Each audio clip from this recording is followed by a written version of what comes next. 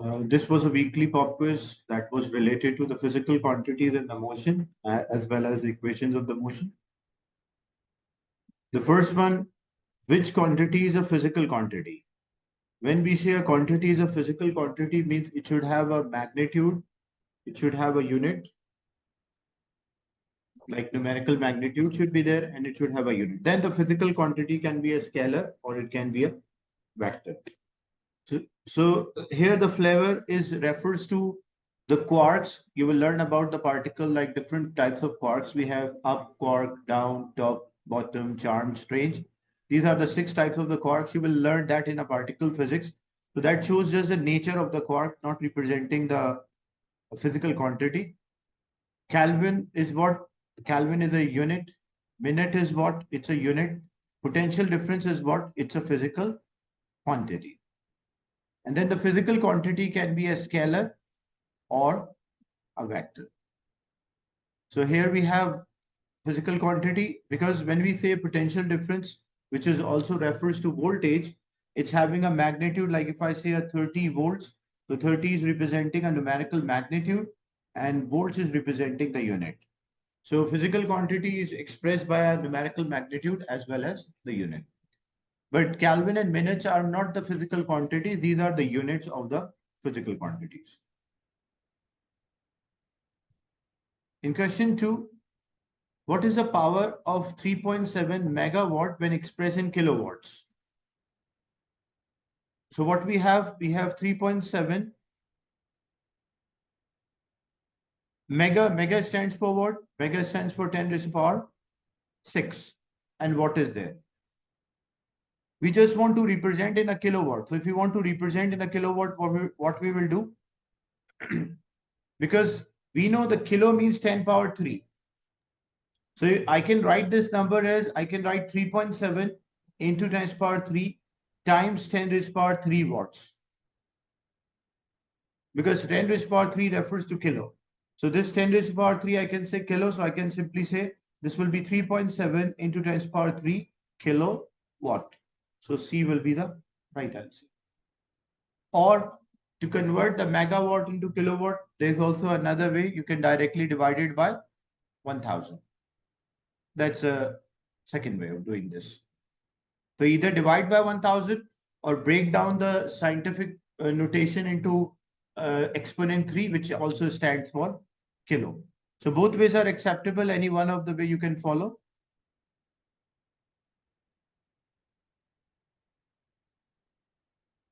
Question 3.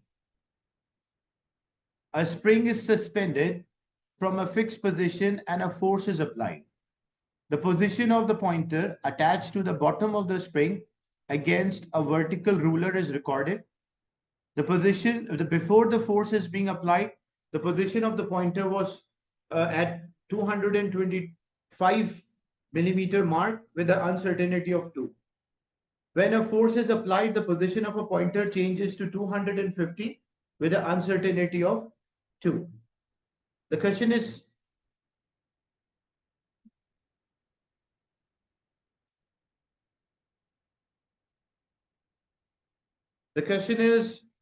what is a percentage uncertainty in extension? How we calculate the extension? Extension is refers to the change in length. So the first length was 225 and the new length is 250. So how much is the extension? We just take a difference of the two.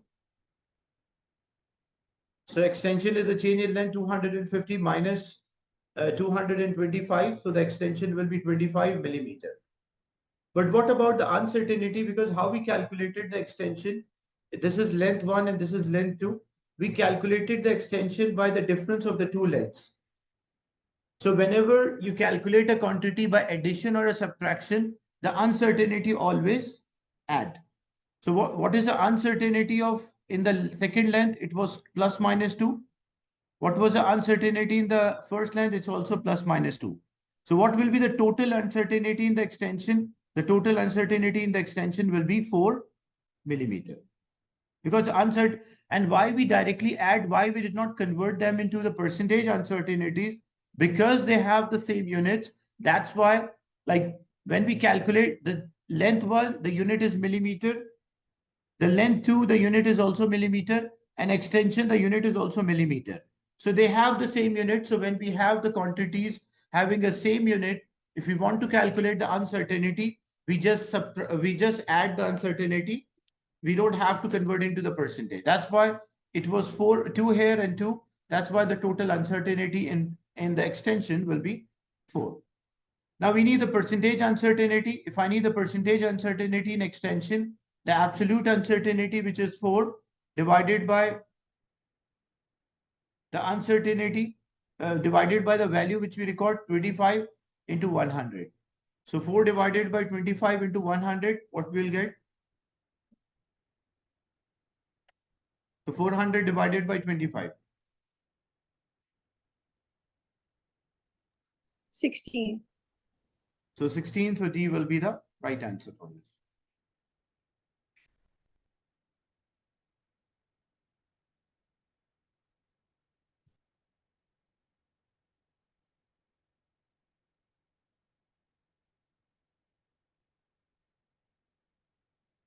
Is it clear?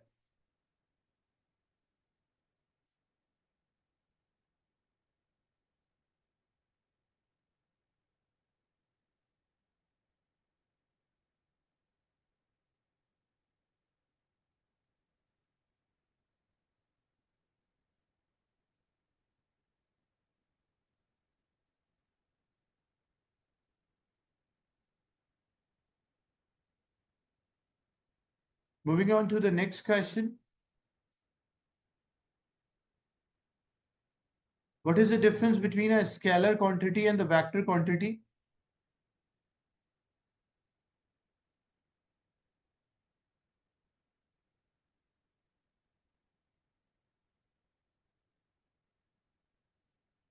So when we check the options,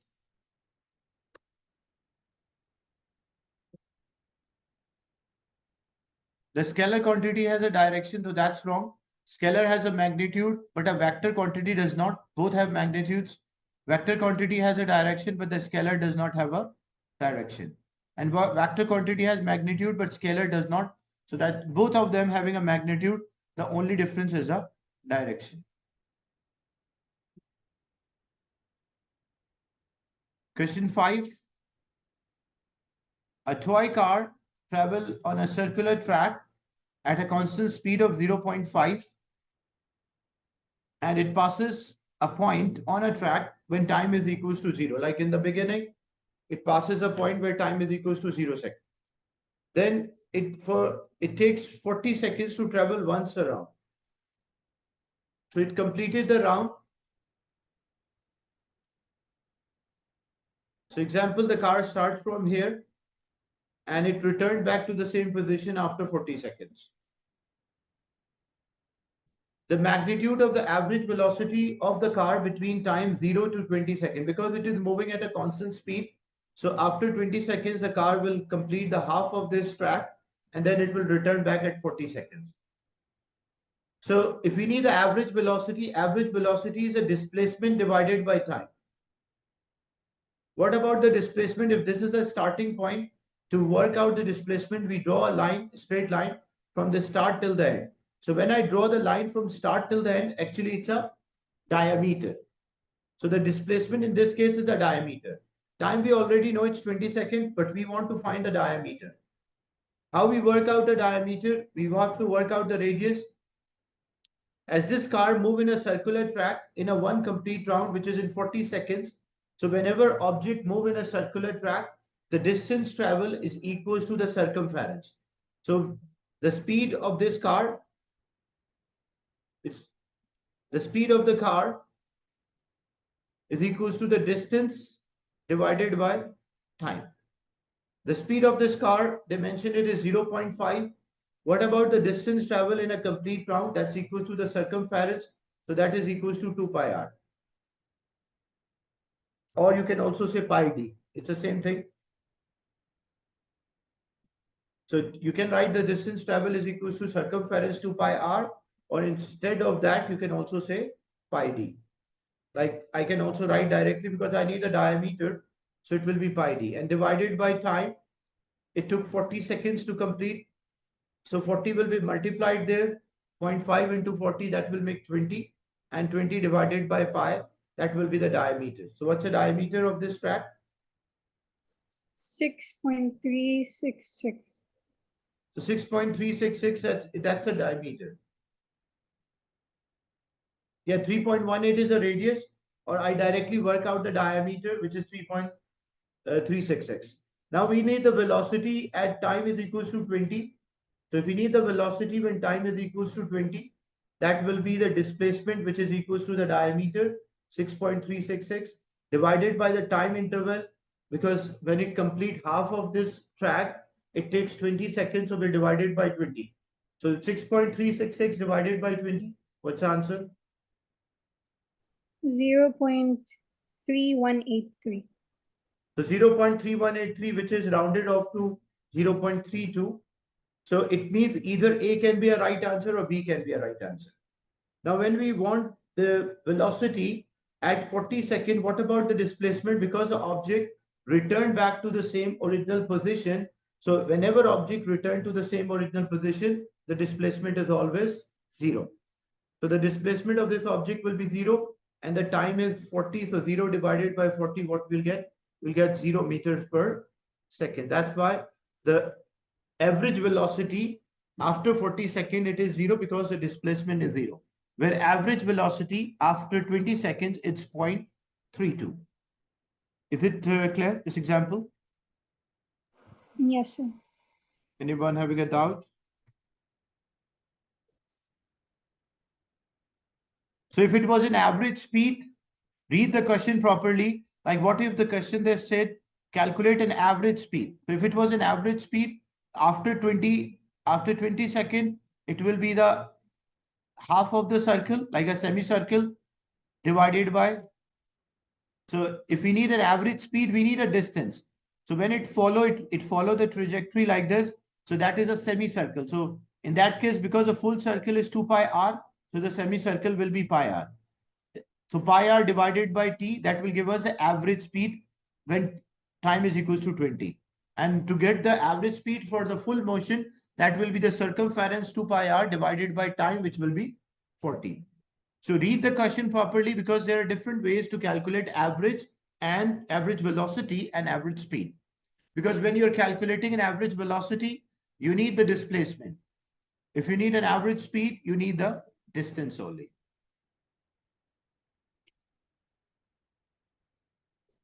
In question 6, the graph shows how the velocity of an object moving in a straight line varies with the time from 0 till the time t. Which graph could represent the displacement of an object when time from time t 0 to t? First thing, if you see this graph, if we divide this into trends from A to B, B to C, C to D, and D to E. So because we know that if we have a displacement time graph, the displacement time graph, the slope represents the velocity. Okay. So first, what is happening to the velocity, value of the velocity from A to B? From A to B, the value of the velocity is increasing because the value of the velocity is on y-axis. So say this was 1, 2, 3, 4. So the value of the velocity is increasing. And what about the value? It is positive. What happened from B to C? When you check the value of the velocity, you're checking only y-axis. I'm not saying check the slope. I'm saying check the y-axis. So if you check the y-axis, the value of the velocity is decreasing from B to C. And what about the value, positive or negative? It's in a positive axis. Then from C to D, what will happen? The value of the velocity is increasing, like -1, -2, -3, -4. So value of the velocity is increasing, but the value is negative. And from D to E, what happened to the value of the velocity? The value of the velocity is decreasing and it is also negative. So we want our graph to have 4 sections, 4 parts, in which the first one, because these velocities represented by the slope. So the first one, the slope should increase in positive. The second part, the slope should decrease, but it's positive. The third part, slope should increase and negative. And the last part, the slope should decrease and it should be negative. So when we check this graph, let's check option A. So when you check this part, what is happening here? What happened to the slope? Increasing, decreasing, zero, constant. What happened to the slope here in this part?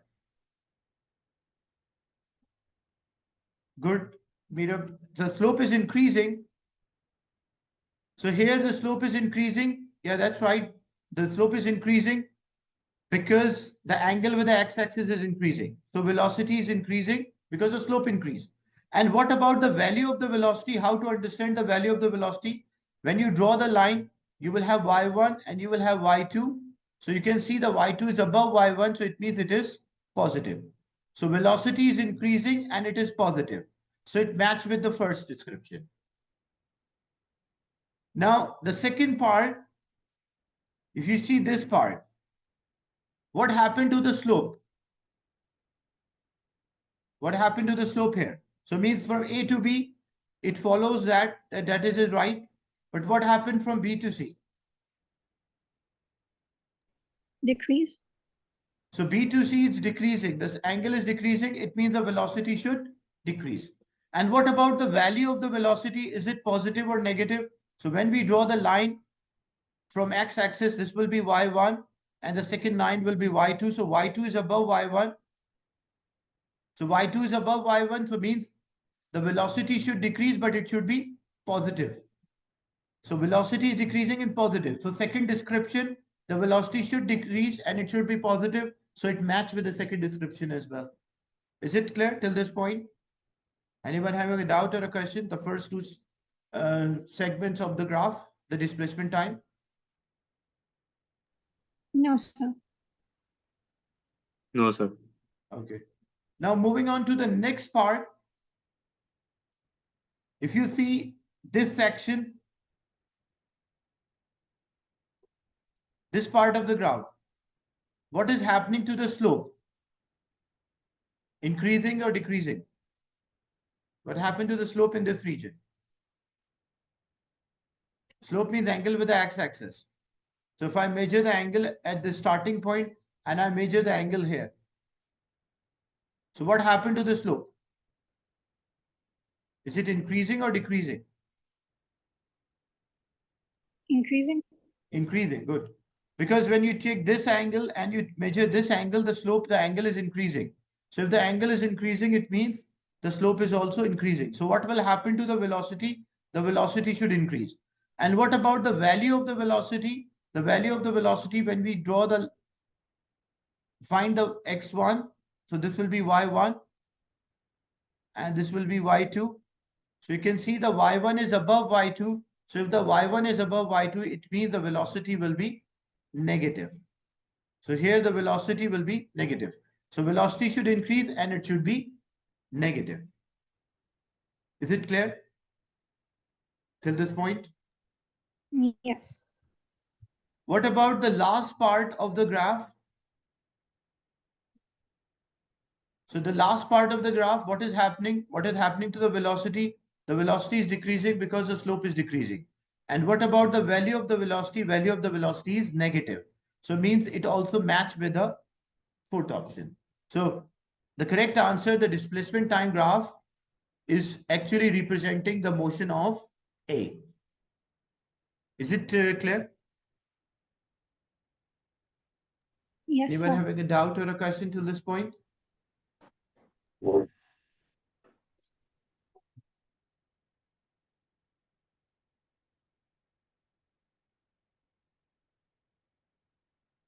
The next is a goods train passes through a station at a steady speed of 10 meters per second at a time t is equals to 0 seconds. So when we start to observe the motion, the goods train was moving at a speed of 10 meters per second. An express train is at rest. So example, if this is representing the express train, which is at rest. So what is the starting speed of the express train? The starting speed of express train is 0. It's not moving. So the starting speed is 0. The express train leaves the station with a uniform acceleration. So this accelerate at an acceleration of 0.5 meters per second square. Just as a goods train goes past, both trains move at the same in the same direction in a straight line. And the tracks are parallel. At which time does the express train overtake the goods train? So the goods train was moving when we start to observe it was moving. But the express train was not moving. It was initially at rest, but then it started to move with an acceleration of 0.5. We want to find how much time or at which time does the express train overtake the goods train. So if the express train overtakes a goods train, it means they should cover the same distance from the starting point. Because when they cover the same distance, it means next moment the express train will overtake the goods train. So the distance traveled by the express train should be equal to distance traveled by the goods train. But the goods train is not accelerating. They mention it is moving at a constant speed. So we have the formula. If we have a goods train, we'll use a formula that speed is distance divided by time. So speed multiplied by time will be equal to the distance. The speed is of the goods train is 10 and the time is t. But what about the express train? The express train, it has a constant acceleration of 0.5 and it will cover a distance s, because whenever object is accelerating, we have to use the equations of the motion.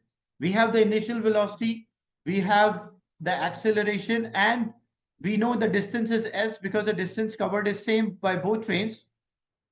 So we will use a formula like we use s is equals to ut plus half at square,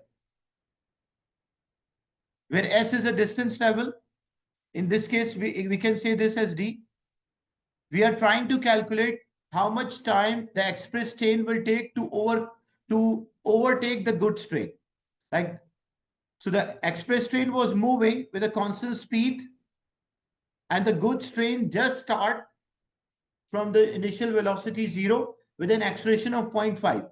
We want a time when the goods train, like the express train, just overtakes the goods train. Means when they both cover the same distance. So the distance covered by the goods train, that is equals to the distance covered by the goods train, that is speed, is equals to distance divided by time. So distance speed multiplied by time.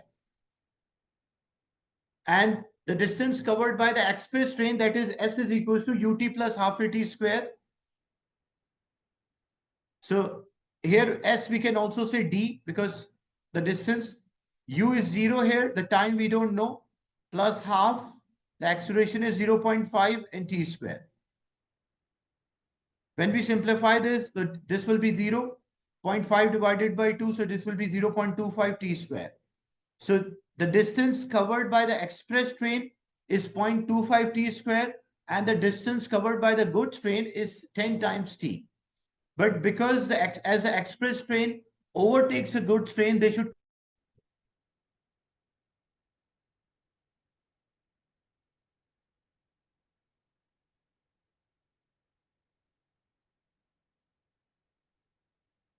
Sorry, I was disconnected. So what we need, we want to make sure that they cover the same distance to overtake. So the distance covered by the goods train, that is speed multiplied by time. But the distance covered by the express train, we use a formula like ut plus half at square, in which the initial velocity was 0. So as a result, the distance traveled by the express train will be d is equals to 1 by 2 at square. So to overtake, the distance covered by the express train and the goods train should be same. So the distance covered by the goods train is speed multiplied by time, and the distance covered by the express train is half at square. We just substitute the value and solve. Like this t will cancel with a square. The speed of the goods train was 10. This is half. Acceleration was 0.5 into t. So what we simply do, like 2 is divided, other side will be multiplied. So 10 multiplied by 2 makes 20, and then 0.5 divided. So 20 divided by half, that is equals to 40 seconds. So means it will take 40 seconds to overtake the goods train. Is it clear, this one? Yes, sir. So what we did, the question was how much time the express train will take to overtake the goods train. And to overtake, it must cover the same distance, because when it covered the same distance, the next moment it will overtake. So whenever you are calculating a question related to finding a time when object overtake each other, you have to take the same distance covered by the objects. Is it clear? Anyone having a doubt or a question?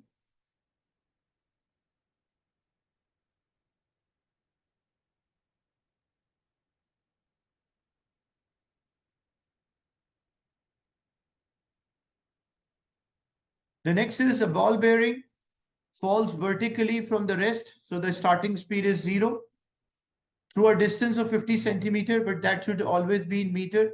So it should be divided by 100. So it will be 0.5 meters, and the time is 0.32 seconds. Which expression gives an acceleration of a ball bearing? So we need an acceleration. We just need an expression here. A ball bearing, a small ball or a sphere, is called a ball bearing. So initial speed is 0. We know acceleration should be equal to gravity, but we just need an expression to represent that. The distance covered is equal to 50 centimeter or equivalent to 0.5 meters. The time it take, we need for 0.32 seconds.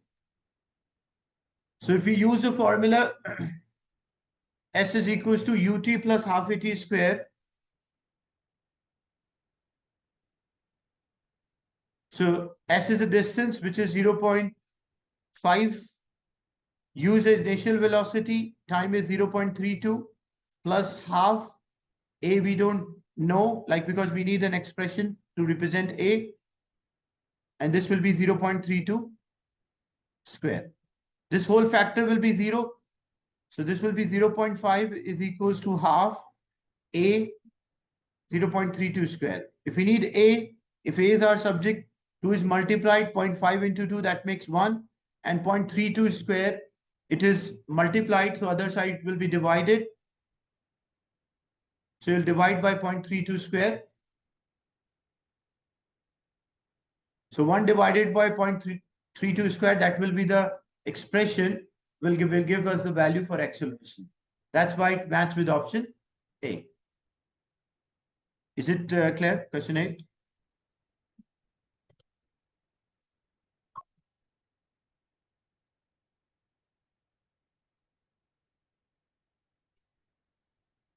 Yeah, why we cannot use the expression which is giving 9.8? Why you cannot directly solve and say which is giving 9.8? That should be the answer. Reason is that in this question, they did not mention air resistance is ignored or it is not. So if the air resistance is not ignored, you will not get the same acceleration as 9.8. That's why you cannot try in that manner.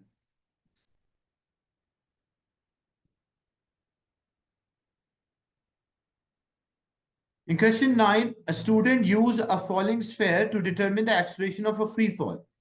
A camera produced images of the sphere at a constant time intervals. The position of the sphere in the first two images are shown. The image 1 is shown when it's at an instant it was released, like this is time t is equals to 0. Which of the position P, Q, R, S will the sphere be in image 3?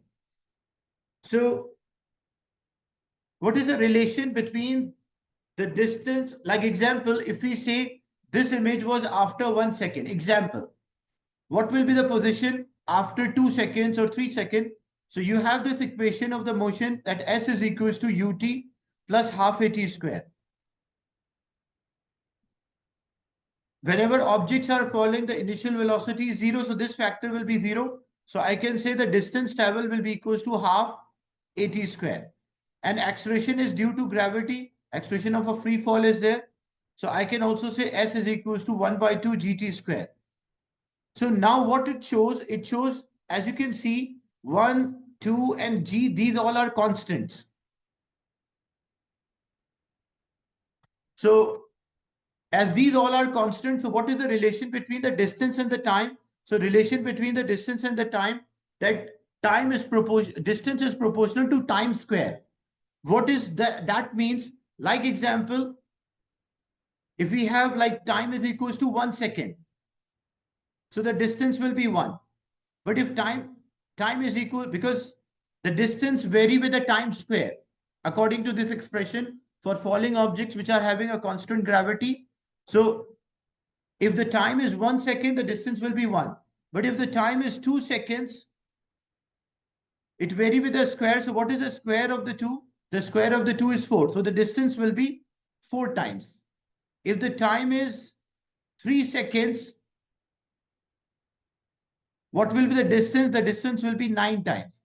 If a time is 4 seconds, what will be the distance? The distance will be 16 times. So if we say in 1 second, if the distance covered is S, what will be the distance covered in 2 seconds? So in the distance covered in 2 seconds will be 4S. Distance covered in 3 seconds will be 9S. Distance covered in 4 seconds will be 16S. So it's always proportional to the time square. The falling object, like if an object is falling, if 1 second, if it cover 1 meter, after 2 seconds, it will cover 4 times the original distance. So it will cover 4 meters. After 3 seconds, how much distance it will cover? It will cover 9 meters from the starting point, because the distance of the falling object is proportional to time square. So if the time is double, distance will be 4 times. Time is triple, distance will be 9 times. Time is quadruple, means 4 times, the distance will be 16 times. If time is quintet means 5, the distance will be 25 times. Is it clear? So if the first distance is this, what will the 4 times distance? What is the 4 times distance of this S? Which figure is 4 times this?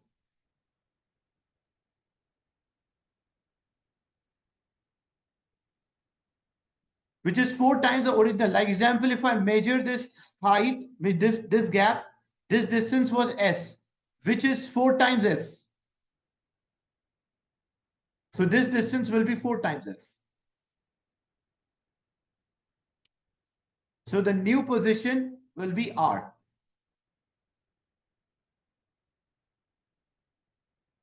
S is like a distance traveled by an object. So whenever objects are falling, every second, the distance vary with a square. So after 1 second, if the example, after 1 second, this distance will be S. Then after 2 seconds, the distance covered will be 4S. After 3 seconds, what will the distance covered? The distance covered from the starting point will be 9S. That's how we can work out the positions of a falling object. Is it clear, this one? Anyone having a doubt or a question? No.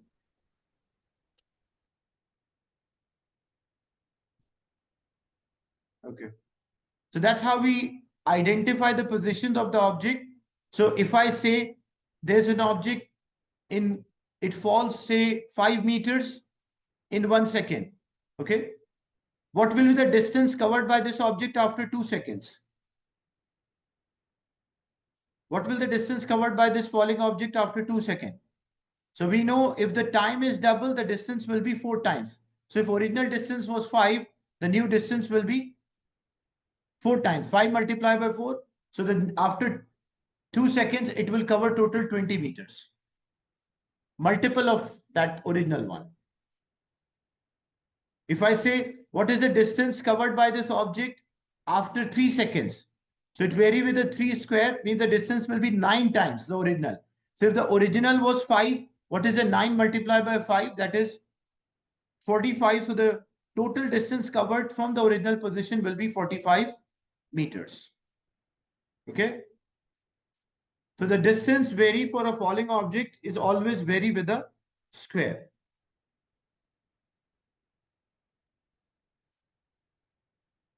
The next question, the manufacturer of the car claims that the car can accelerate from a rest to 30 meters per second in 7.5 seconds. What is the average acceleration? So if we need an acceleration, it's a change in velocity divided by time. So it will be 30 minus 0 divided by 7.5, which is 30 divided by 7.5 equals to 4. So C will be the right answer. It's a straightforward question in which you just have to use you can use the first equation of the motion or the formula for acceleration. Then what is the symbol for the SI base unit of the temperature? So temperature is Kelvin. This is even symbol is not correct. Degree centigrade and the Kelvin, there's no like absolute it's absolute Kelvin, not degree Kelvin. That's why B is the right answer. SI unit of the temperature is absolute Kelvin, not degree Kelvin. This is unit is correct, but that is not the SI unit, the degree centigrade. Which statement about the systematic errors is not correct?